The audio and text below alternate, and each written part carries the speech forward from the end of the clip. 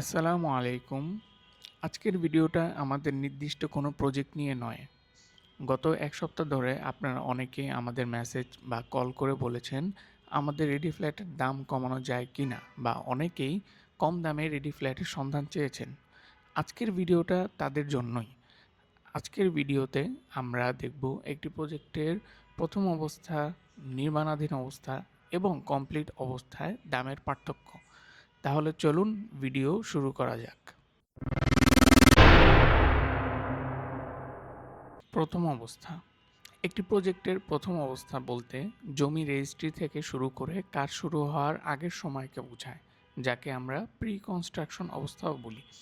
এই অবস্থায় আপনি শেয়ার কিনে ফ্ল্যাটের মালিক হতে পারবেন এবং সাশ্রয় করতে পারবেন ৩৫ থেকে ৪০%। নির্মাণাধীন অবস্থা। প্রজেক্টের কাজ শুরু হওয়ার পর থেকে শেষ হওয়া পর্যন্ত সময়কে নির্মাণাধীন অবস্থা বলা হয়। এই সময়ে শেয়ারের মূল্য কাজের সাথে সাথে বাড়তে থাকে। মানে যদি একটি প্রজেক্টের কাজ খুব দ্রুত কমপ্লিট হতে থাকে, তাহলে সেই প্রজেক্টের শেয়ারের মূল্য খুব দ্রুত বাড়তে থাকে। কমপ্লিট অবস্থা। এই অবস্থায় মূলত আর ফ্ল্যাটের শেয়ার বিক্রি করা হয় না, বরং রেডি ফ্ল্যাট হিসেবে বিক্রি করা হয়।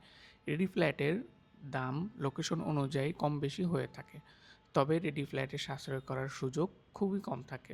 তাই আপনারা যদি সাশ্রয় মূল্যে ফ্ল্যাটের মালিক হতে চান, তাহলে অবশ্যই প্রথম অবস্থায় ল্যান্ড শেয়ার ক্রয় করবেন।